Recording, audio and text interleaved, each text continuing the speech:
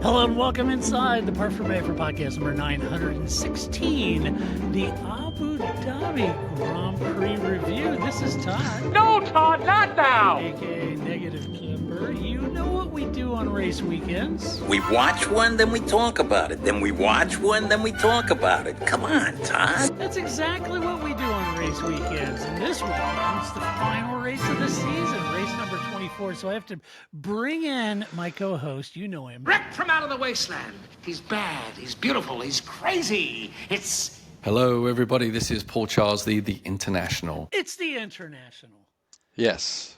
Paul, I can't help but notice. Good evening, everyone. Good evening. I can't help but notice for this final Grand Prix, after 24 gut-wrenching, butt-pounding races that we've made it through, I can't help but notice that it seems like you might have cut your hair a little bit. Yes. I've cut my hair a little bit. That is correct. Yes. You're getting close to that Lando do. I'm going to be, presentable, Yeah. pretty soon. A big shake-up, at our team. I've got to raise my level a little bit. I can't be that shaggy-haired guy I used to be. Right. When you're running Valkyries at Le Mans, you got to pick it up a notch. Yeah. But I kind of like being like that too, because, Ian's never told me to cut my hair, so I just did it on my own. My dad told me to cut my hair, but not Ian. Yeah. Well, So I was gonna wear my McLaren shirt from Nice. my past, but I thought maybe that probably wasn't the right thing to do. So Maybe. yeah, so I'm going neutral today. That's but good. but obviously, I did a lot of work for McLaren in the past, and so I'm very happy for them of what they've achieved for sure. Yeah, for sure. Yeah. Yeah, you did a lot of work with McLaren, didn't you? Mm-hmm. Yep. I have pictures of you driving around in, what was it, the 720s and Yeah, 720s, yeah, 570s, the GT4 cars, all that kind of stuff. Had a lot of time behind the wheels of those things. Actually, that was basically what I did before I transitioned to the Harder Racing Aston Martin team. So That's right. yeah, good times. And when I say you were at the wheel of 720, you were driving the 720 in anger. Very, I was very angry most of the time. Very angry. That 720 is something. Yeah, you said it was hooked up. Man, yeah, it's one of those cars that tries to kill you, so it's fun to drive. Yeah. Yeah, Well, the be nannies its power and performance overpower the nannies that are in the car, so you got to pay attention. Like the old R8 did, the V10. Yeah. Yeah. Yeah. But you like the 455s better. No, I wouldn't say so. But I say the 455s are a very elegant machine, I would say. Yeah, they're all good, They're all good. When They're you get all in that good, price right? category, they're all Yeah. good. There's no Chevy Aveos out there, It's they're all good in their own way. Yeah. It's not like a Vauxhall Estate No, it's not like that at all. or a shooting brake. Is that what So they've all got their strong points for sure. Yeah, right. It just depends what kind of driver you like. Do you drive, Yeah. Yeah. Well, the last race of the Grand Prix season, the 2024 season, it's exciting. Ends in Abu Dhabi. Man, did Sky they made a meal out of their Yabba Dabba Doo Abu Dhabi thing all weekend. Good grief. Yeah, so I told you that I finally found a way to watch the ESPN did. feed. You did. I don't know how you do it. I was like, and I don't know if I did something to make it break, but as soon as the race started, the feed went bad or something at my house anyway. So I had to go back to the F1 TV one. But the pre-race with Danica, and you had Brundle there, and that was Nico. That was nearly the worst thing I saw all weekend. Yeah. At least they're not heard. they're occasionally there. Then Yeah, I can't say as I enjoyed the pre-race, and I thought I was missing something, and now I don't feel so bad. I don't know. To be honest with you, I don't know that this pre-race was as good as the Normal? the early Okay. races. Yeah. Okay, so maybe they it were- just seemed a lot of fluff and absolutely no content Yeah. whatsoever. I think they were kind of like, to be fair to them, they're dog-eared, man. It's 24 races. We're done, man. Yeah. I get it. Yeah, they should have brought Valsecchi in, just to be so overexcited and exuberant. Oh, c'est so poor. Ah! You had such a great watching experience. Talk us to it. Yes, it was so good. Boy, I miss Davide. Mm, Yeah, so big yeah. Grand Prix Abu Dhabi, it was all to play for in Abu Dhabi. And Hmm. look, the track's improvements have led to more overtaking, more passing, and not always in the DRS zone. So that's all good. For me, I was walking into this race really looking at two constructors' titles, right? It was really between McLaren and Ferrari and between Haas and Alpine. That's what I was focused on. Yeah. I thought those, and to be real honest, I kind of had a hunch how the championship would go. I was really focused on Pierre and Nico Right. Hulkenberg Yeah. because that was the race. That was Juice. for big money there. The delta between sixth and eighth was what, $30 million. So Yeah. is all to play for there. I do like the track more now than it was now that they removed those silly chicanes. But if I'm honest, I think there's a lot more that could be done. But the harbor itself may just be too difficult to work around or make any big changes to that track. Anyway, it's a shame because, if you were asking me which on your wish list, I would like to see the final race of the season at one of the most wickedly challenging tracks. Yeah. And I just don't feel like Abu Dhabi's it. No. But then the most challenging tracks sometimes cause kind of processional racing, right? Difficult to pass, Hungering thing, so it does at least allow them to race, even though they had to, play the little DRS game there a little bit. But I thought it's decent. As I said, you can always improve the track, but there's still a couple of chicanes in there I could do without. But probably ought to take a couple of those bollards out too. Yeah, definitely. They need to rethink the bollard. Yeah. Reimagine the bollard as something not a bollard that pops up into the track. Right. Yeah. Yeah, I don't know if it was Martin or JB said, this is Formula One. They don't need bollards. Yeah. That's for like sports cars and that kind of stuff. Yeah. Have virtual bollards, holograms. Yeah, there you go. Mm-hmm. Hologram. That'd be good for them. Big race. It was all to play for as we had in the Constructors' Championship. To be fair, I think it was a tall order for Ferrari to overhaul McLaren. I think 21-point lead was always going to be difficult. And we'll get into that when we start reviewing the teams. I think that was going to be difficult. I think also that's why I think that sixth place was also important. It probably would have required both Haas's to be up in the points. But anyway, still a great battle. Yeah. There's some good battles on track, some attrition, some F-bombs on the radio. And we walked into this weekend, and deep Paul. disappointment. Yeah. and quiet desperation. Yes. And I'm looking at you, Valtteri. So, yes. And he's gotten kind of candid after the season's over. He's like, yeah, looking back, if I could go back 3 years, I wouldn't have went there. Like, no shit headlines there. Yeah. No kidding. And he's like, oh, yeah, I was promised I was going to be a pillar of the new Audi program. And I was kind of like, well, that probably left when Andreas Seidel left. Yeah. That concept. So anyway, yes. So let's talk about the Abu Dhabi Grand Prix. Let's do it. All right, we'll start at the very top, at the sharp end of the grid, because we're going to start off with Grace's team, McLaren, Lando Norris, P1, Oscar Piastri, and P10. It's been 26 years since McLaren won the Constructors' title, and if you really think about it, this is just my personal opinion, but if you really think about the whole journey that McLaren's been on, it really all starts at that Ferrari Spygate incident where it all fell apart. They were fined $100 million.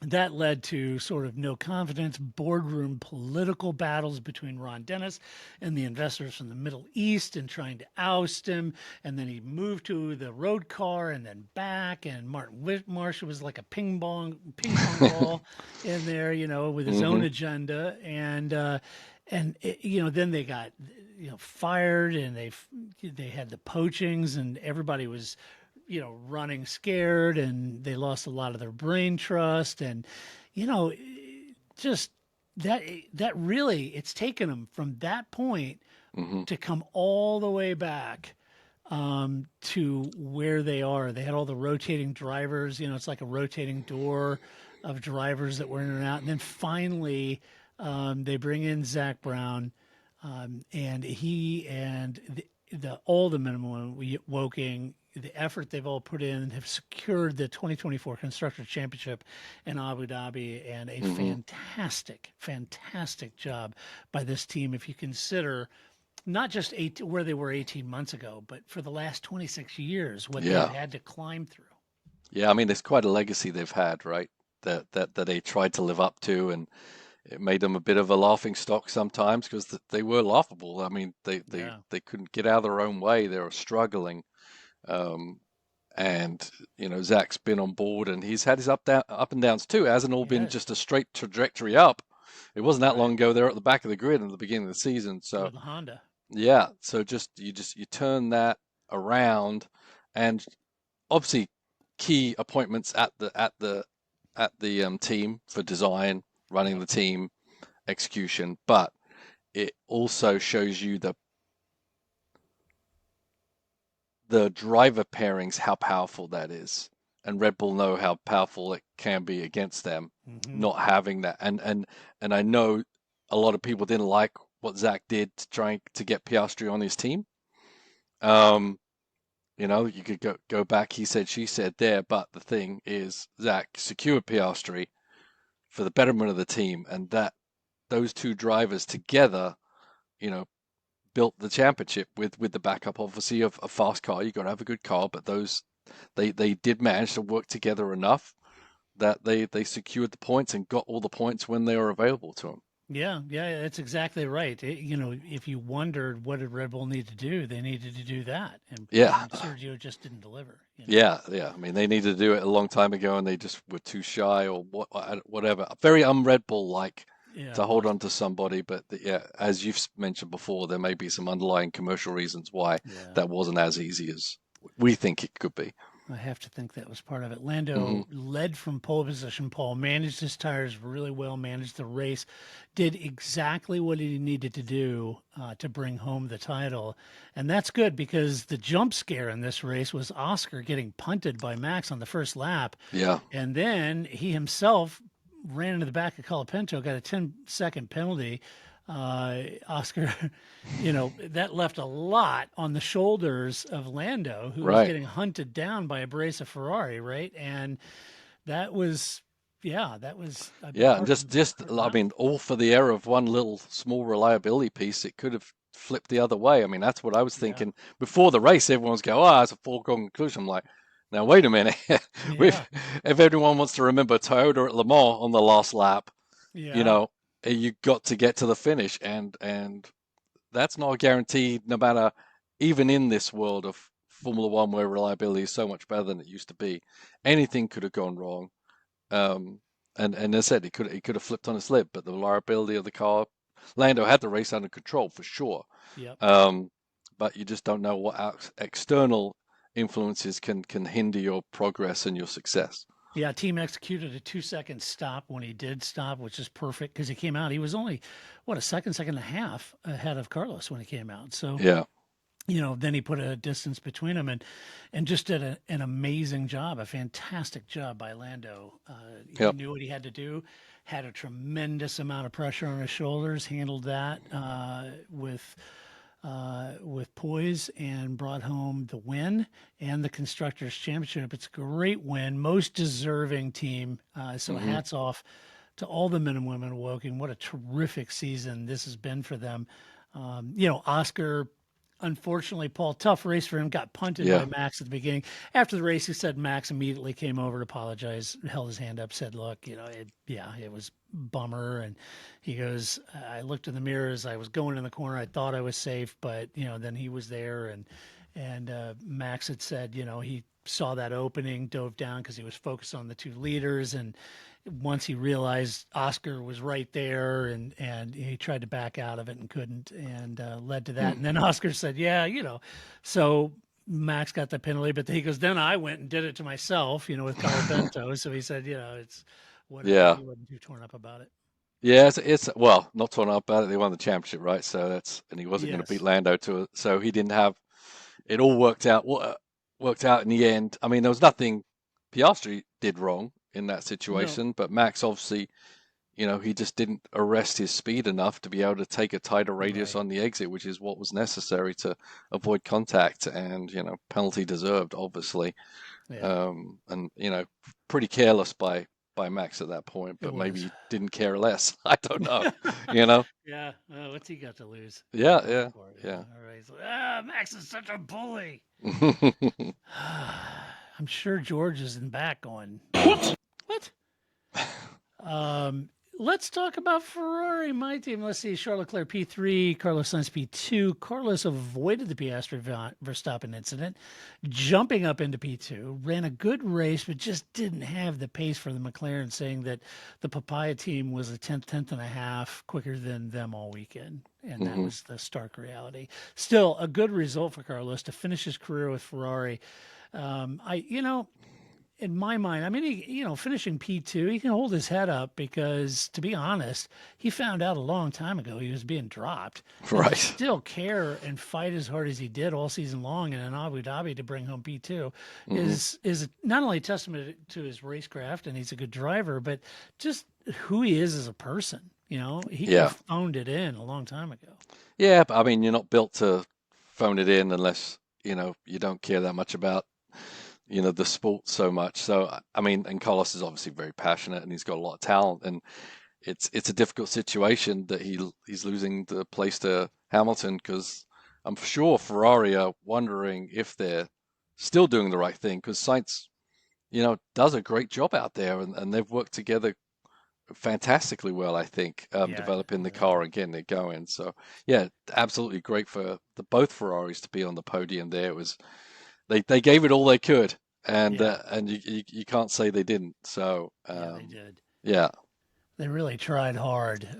And Charles, my gosh, what a fantastic yeah, race. Going from 19th to third in the race. hmm Charles said that even though it was an incredible race, he was sad that they fell short of winning the title. He'd like to have won the title with Carlos.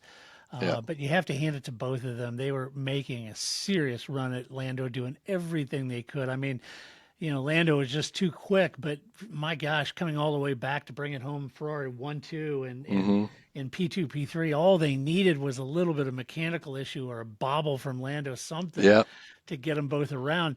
And that's one of those cases, we've talked about it a million times, but, they did everything they could to put themselves in a position to win it. Had anything happen with Lando, they just didn't have the pace for yeah. Lando, but had anything happen, boom, both Ferraris would have, Yeah, I mean, capitalized. yeah, and that, obviously Leclerc was in a very bad situation at the beginning of the race and made an awesome first lap. I mean, obviously made up a lot of places. Some of it, was by people spinning off here or there, cleared it, but he made a great outside pass in the hairpin down there at the far end of the track. But also the passes he was making throughout the race, Yeah, honestly, fighting hard. He definitely was. This is one of the best. This is how, if Charles drives like this every week, then he should be in the hunt for the championship next yeah, year. for I sure. think it's going to be tighter than this year, honestly, with more people actually vying for it. Yeah, And yeah, that's exactly how he needs to drive and what he's fully capable of. right. Yeah, I totally agree. Mhm. Let's see. Mercedes, Lewis Hamilton P4, George Russell P5. George had a decent race, struggled to get around Gasly early on. I don't know if that ultimately, Mm, impeded him or if that's just kind of the pace that he had, some patience. And a long first stint allowed him to get back around Pierre, but he couldn't hold off Lewis, who was on fresher tires, and he got jumped by Leclerc too to come home in P5. At least he stayed ahead of Max, so he had that going for him. yeah, yeah. I mean, it was interesting. I mean, kudos to Gasly for holding him off for so long. Yeah, And for that team to have a car that was actually be able to for Gasly to fight, but Gasly did a fantastic job managing his car, managing when to release the power out of the battery power, etc. to thwart everything Russell was trying, and it did take a lot of sheen off of Russell's stint on the tire to have to fight that hard with Gasly, and I definitely didn't think it was detriment to the end of his race as well because of it. Yeah. Agreed. And then on Lewis's side, he was only a driver to start on hard compounds, and he had a long first stint, which meant he boxed later than anyone else. This gave him very fresh tires at the end of the race to run down the top four, or up to P4, taking P4 from George at the end. Very nice recovery drive from Lewis as he said his goodbyes to the team after a long and amazing career at Mercedes.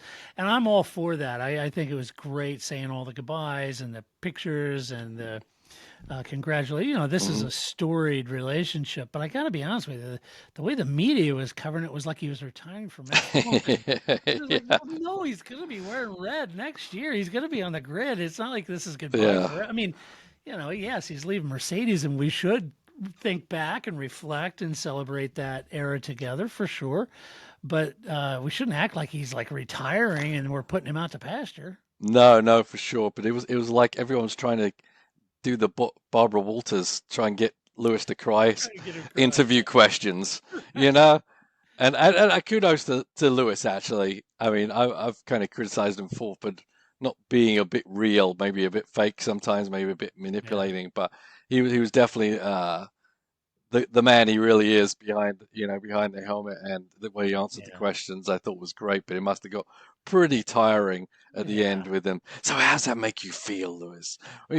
What kind of emotions is going on? It's like, okay. Right. Just enough.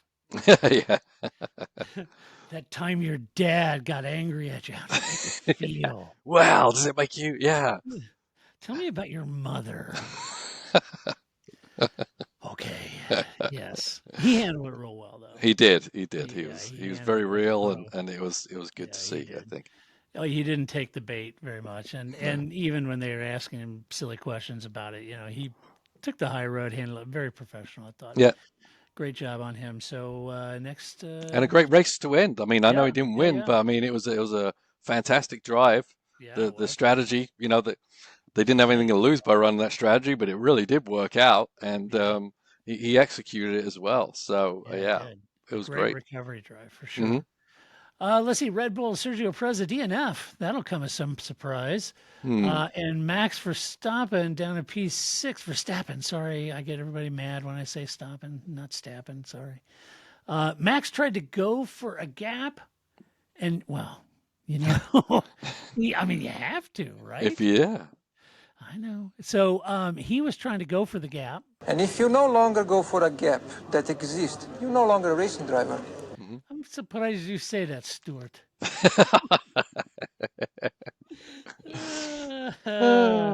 Good times. Good times. By the way, did you see Jackie Stewart by the DJ booth? I did. He looked like, spinning. What the hell happened to my sport? I'm sorry, your name's William? No, Will I am. What? Well, nice to meet you, William. Yeah. What team are you with?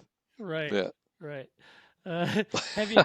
Did you spend some time at Diddy's pool house? No.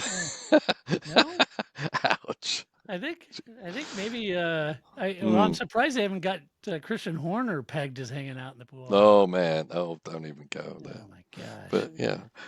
Jackie Okay. Stewart's like, have you ever thought about growing your sideburns really bushy? It's a good look. It is a good look. I think Will I Am could pull it off. Yeah, I think so. Yeah. I think he could. Will's the thing I love about Will is he's an F1 fan. Yeah. And he's been in a lot of races. I haven't seen him DJing like he was. Right. And master of ceremonies there, so to speak, for lack of a better term. But he's generally been at a lot of races. Martin's interviewed him several times, and I love it that he's a F1 fan. Yeah. Did you see the Brad Pitt interview? Another one of the gems I caught as I finally started watching ESPN feed. With Ted? Yeah, that was kind of awkward, actually. Yeah. Ted was a bit awkward. Ted is such a unique personality that he he's such an eclectic, in his own sort of world. That's why his notebooks work. But when Yeah. when he gets people, he has this really eclectic, unique way of interacting. Yeah. The questions that Brad, I'm sure, was assuming would be asked are never going to come out of Ted's mouth. Ted's going to ask him things that are going to totally throw him off the game. And Yeah. sometimes it works great, and other times it's just awkward. Yeah. Yeah. Well, Brad seemed fairly, he was. he's 60 years old though. That's pretty crazy. I know. Yeah, he looks fantastic for being 60. Yeah, who Yeah. knew, Yep. Who knew? But yeah, it was. He seemed What's he generally doing to not enthusiastic. look old? Yeah. He seemed genuinely enthusiastic about what he's doing and He did. the sport and everything like that. So that was nice to he's see. a convert for sure. Yeah. Although I'm still very questionable about how good that movie is going to be. As he said, the most authentic racing movie ever. But I'll be the judge of that. Yeah. And the other thing is, so he's a Missouri boy like I am. He's from Missouri. So there you go. All right. Got that going for you. Did we talk about Max? Yes. Yeah, well, you just talked about the gap. Let's talk about the gap. Did I mention I was a Prost fan? Yes, many times. Because every time I play that clip, you're like, something's not right. Which is what Stewart was trying to politely tell him. Not so much, Ayrton. So anyway, yes. Max. Ham-fisted move down the inside. Had nothing to lose. He was a Hail Mary, went for it, but he did raise his hand, went and apologized to Oscar. He knew Which is good. Yeah, it was good. Yeah. Came home in P6. But let's talk about, more crucially, your friend and mine, Sergio Perez. The race pretty much summed up his 2024 season, if I'm honest. Yes. He got punted by Bottas, who didn't get hit by Bottas. And then he parked up his car on the side of the track, which seemingly like a gearbox issue. I don't know if he burnt the clutch out or what all happened there, Paul. Yeah, I mean that's what he did the other day when he spun also. As I texted you and Grace, I was like, I bet as soon as that car stopped on track, they changed the locks at Red Bull and changed all the sign directions to others so he wouldn't come back. Right. Because stick May a have fork locked in his him. father in the cool room. Yeah, I mean it's disappointing, as you say. It's literally it's gone from bad to worse. It has. Red Bull made the mistake of trying to hang on too long, but that you just got to find a way of staying out of trouble, Sergio. I mean, I get the Bottas thing, and it was tight, and it was jostling around, but it all comes to do with how you qualify. You stay out of trouble if you qualify fast, and he can't do that. Right. So right. Yeah, I mean, there's a lot of talk, and he's saying, "Oh, I got a contract." I don't think there's a snowball's chance in hell in that car next year. No, we'll see.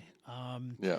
And the big news this weekend, which I think was also equally great, is Alpine, Pierre Gasly in P7, Jack Doohan in P15. Pierre had a lot of pressure on him, Paul, to consolidate that P6 in the Constructors' Championship. So he delivered on Saturday with a good qualifying, then backed that up, converted that into a terrific P7, was running in P3 there a little bit, P4 or something like that.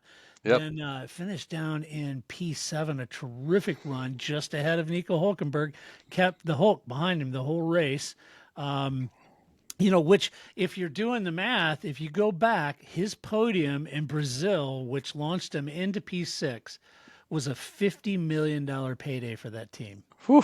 That is and they need huge, and they desperately need it. Ryan Reynolds can take his cut now. That's right. So that'll all go to Wrexham now. That's going to go to Wrexham. That means Wrexham are going to the Premiership pretty soon with all that money they can spend. Going to be in there with West Ham. That's a touchy subject. That is, with the crash of the Ferrari. Yeah. In my hometown too. Yeah, in Kent? Yeah, no, in Epping, in Essex. Essex, yeah.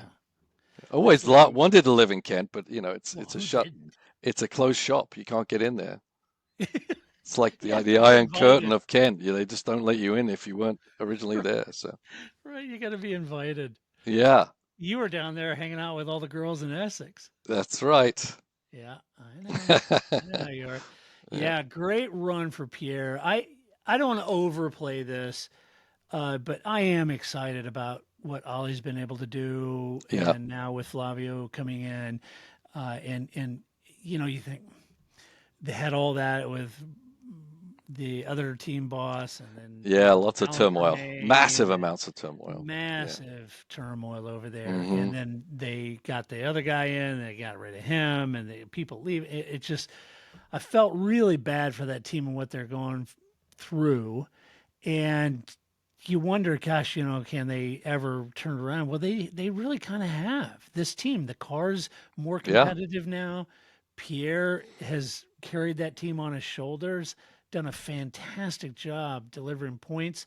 That's a $50 million payday for this team, and that, as you know, Paul, is massive Hmm. to a team like that.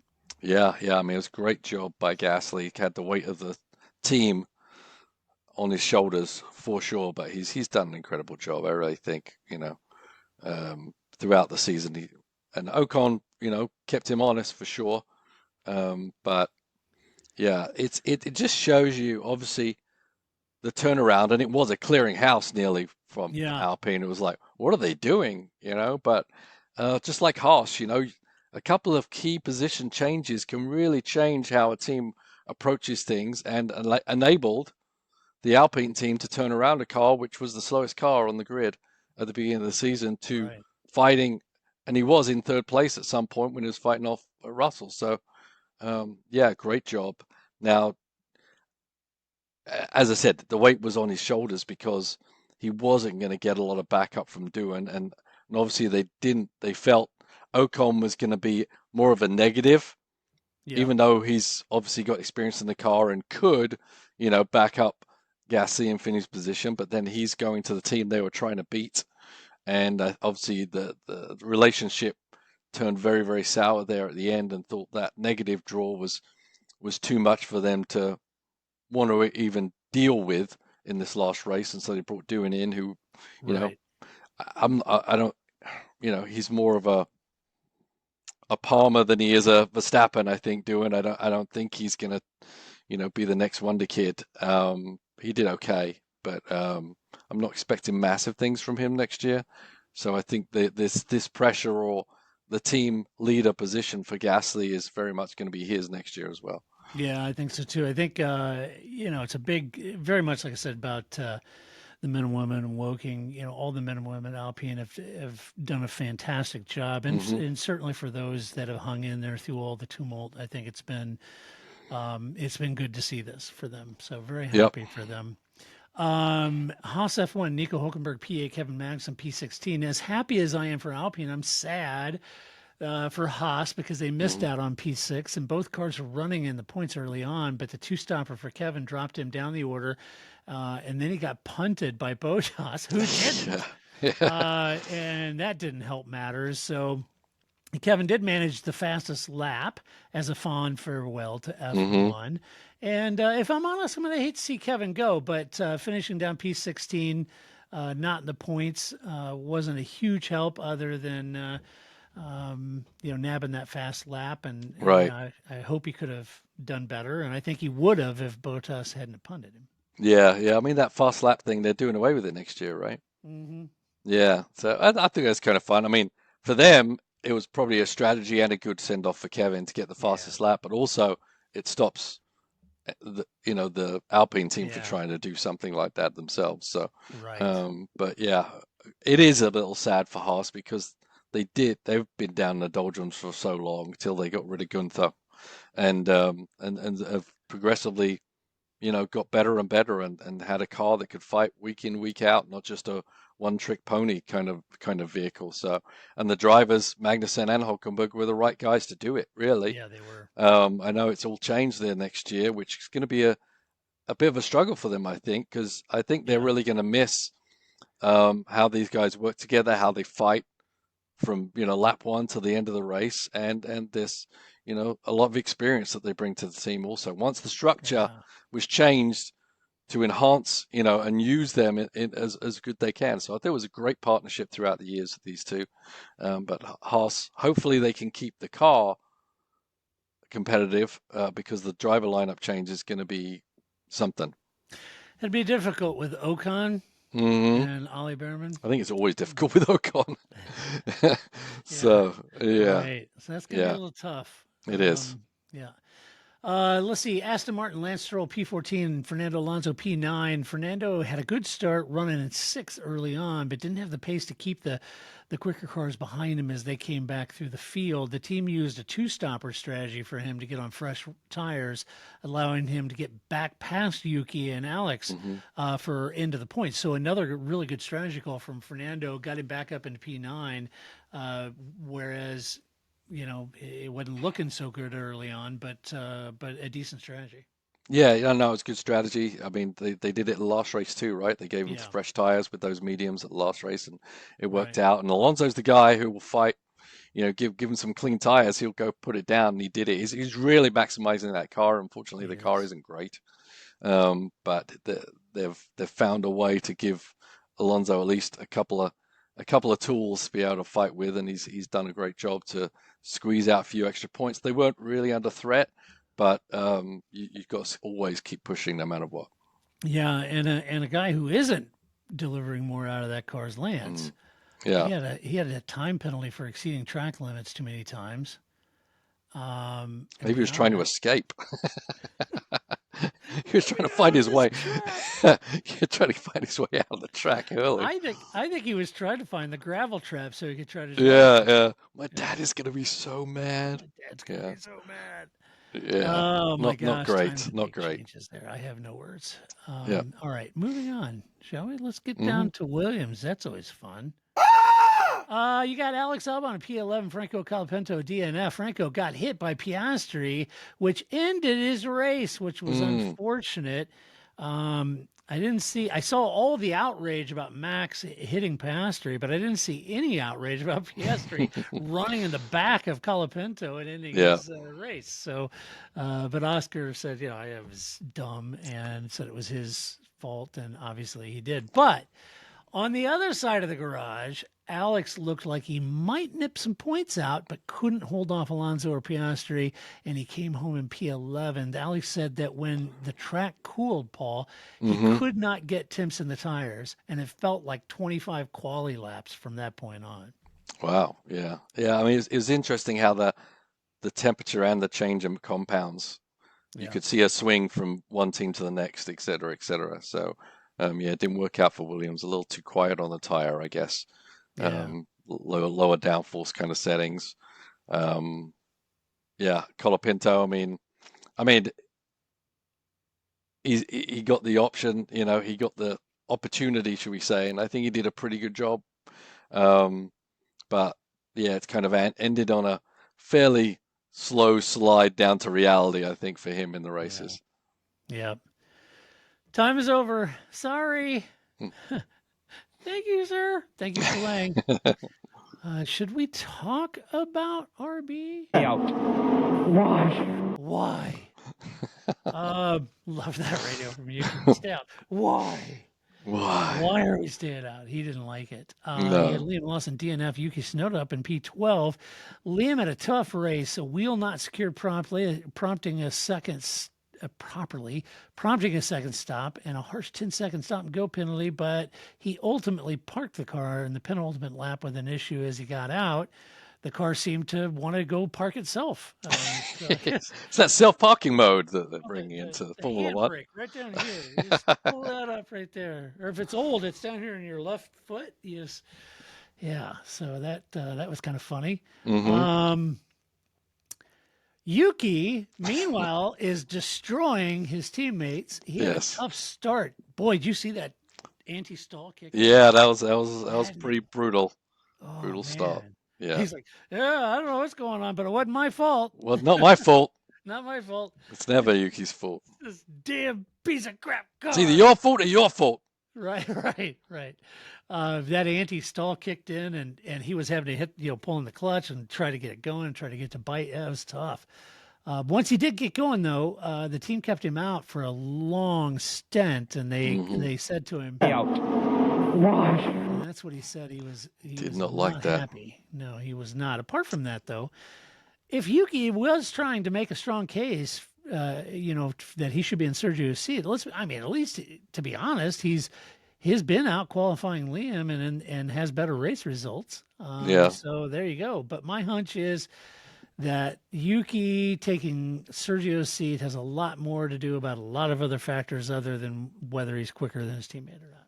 Yeah, and you got to look at the experience levels, and I think Yuki's doing okay, but he's been given 4 years, 3 or 4 years, yeah. So, if that's the level he's at now, and Lawson just came in for the last handful of races, and I think he's more than a match for Tsunoda at this point. You can say qualifying and race and results and change, but it's not a big enough body of work to really judge the two of them against each other. Really, I don't think. Right. But definitely more upside on Lawson, I believe. And the breaking news, this just in. Apparently, they're going to ditch all the goofy names and go to Racing Bulls next year. Okay. That's what I heard. They lost their sponsorship then? Visa Cash App is cashing out. I don't know what's going on there. Yeah. I did notice Santander announced today their new partnership with Williams. Oh. So bye-bye Ferrari. Oddly enough. Yeah. Get rid of Carlos. We're out of here, man. Yeah. No more banking for you. Yeah. So Racing Bulls, huh? That's not what V-carb. they said. That's such a great idea. I don't know why they don't just keep pushing on with that. It sounded great at the beginning, and it's just as great now. Yeah, somebody had to come up with that name. Yeah. It's embarrassing. And speaking of embarrassing, you had Sauber, you had Valtteri Bottas down in DNF territory. You had Zhou Guanyu in P13. If Valtteri was looking for a grand departure from F1, he did it in anti-hero sort of way, punting Perez early on, which garnered a 10-second penalty. Then he got back on track and punted Kevin into a spin, damaging his front suspension, front right wheel, limped his way back to the garage, ended his race, and sadly probably ended his Formula One career. Yeah, pretty messy. Very cumbersome. After a great qualifying too, and obviously he got shook down pretty quick at the beginning of the race, and all that qualifying effort went for nothing. And then he just started punting people out. Oddly enough, no one told Valtteri that isn't the actual way to get a ride in Formula One, is by taking out the competition. It doesn't work that way. It doesn't work. Isn't it a shame when you think about him beating Lewis and winning races? Yeah. At Mercedes to this. Yeah. Well, I mean, it's so tough. Everything has its time, right? Like Ricardo had his time, Bottas, had his time. He when he was at his height, he was really good, and he had the right car underneath him when he was that. But I think he got distracted by trying to, I don't know if it's trying to be something or be himself, or I'm not sure, but I think the team obviously weren't performing, so he distracted on being goofy Valtteri, which is fun to watch the videos, but I'm just not sure that's really going to engage a lot of Formula One teams to want you. I don't know. I was watching his life just turn into a Wes Anderson movie. It's surreal. Yeah. It's strange. Yeah. It is. It did turn kind of strange. But he has, I still think he could be a very good driver, but probably not at the Formula One level at this point. Yeah. Contrary to that, you got a young man from China. Joe was much racier, had a few good battles on track. Just bottom line, didn't have the pace to climb in the points or anything like that, like he did last week, unfortunately. Sad to see both of them go, and sad to see Joe go. I think he's done as much as he can in that car. I just think it's been a real greased pig this year. And it's difficult for him to show anything, but he did last week. He got in the points. Let's hope that this was a throwaway season for this team, and they really can come back more focused with a more competitive car for the drivers they're bringing in. So they got to. I hope. Jonathan Wheatley coming on board. Mattia Binotto. I think this team will turn around. I don't know how much next year, but by the time it's a full out deal, it should. All right, let's do some awards. We usually do awards at this time of the podcast. The first award we typically do is Move of the Race. Seriously, Todd? Yes. Seriously. All right, Paul. What'd you have move the race? I've got to give it to Chuck. I mean, as I said, for the first lap, but also just his tenacity and some of those moves he made to still. I mean, he got 8th place or something on the first lap, but he still got another 5 places over and above that. And I just think some of those moves were, balls out. Yeah. Just it's going to happen now, and you're going to get out of my way. And I liked it. Yeah, Liked it it a was lot. great. I had Yeah. Charles too. I think that opening lap was terrific. Yeah. Just a great effort because Carlos was always going to be going after Lando. Mm-hmm. With Charles back in what was he, 19? I know he was gutted that's where he started. I know the team felt bad. They weren't planning on it, but to come all the way back and finish nose to tail with Carlos, Yeah. I mean, to maximize that effort, to just hope something happened with Lando and to have the cars, it was a fantastic performance. Yeah. Yeah. It was. It was. Yeah, he, like you said, if he drives like that next year, Lewis will have his hands full. Yeah. No. Sure. No doubt. And he's got the true. He bleeds red for sure. Yes, he does does. Charles? Yeah, Yeah. he does. Let's see. Next award is Donkey of the Race. We'll do it live. Yes. Who'd you have? I'm giving it to Sergio. I know. You like my face? You like it? As I said, I know it wasn't all his fault, but you got to figure it out. You got to qualify better. You got to figure a way of not being involved in the first lap incident and actually achieving something. And he's just not been able to do that. You have to figure a way out not to burn your clutch out, Paul. Yeah, also that. Learned your lesson from the previous week. Right. Just I mean, I think his head's just not in a very bad place for getting anything out of that car, and that was another option that he probably did blow that clutch up by doing his little wheel spin right after a start where it's already hot and just threw it over the edge. Yeah, agreed. I had Valtteri. Mm-hmm. That was such a that second one on Kevin was so bad. That was So bad. Yeah. And there's so many ways to, I mean, obviously I teach a lot of racing and just general driving is once the tire's locked, it will no longer turn. And Valtteri just didn't release the brake. He just decided, well, I guess I'm just going in deep. And Kevin, unfortunately, was the one that came a cropper on it. So I think even once the tire's locked up, Valtteri had an option to try and free up that wheel and get the car to actually change direction. He just didn't do it. He just kind of jammed on the brakes and rode it in. Yep, this is looking bad. Hands off the wheel. Yes, that was bad. And then finally, we have Drive the Race. Ich zit in de race. Get down. Yes. Who'd you have? I got Chuck.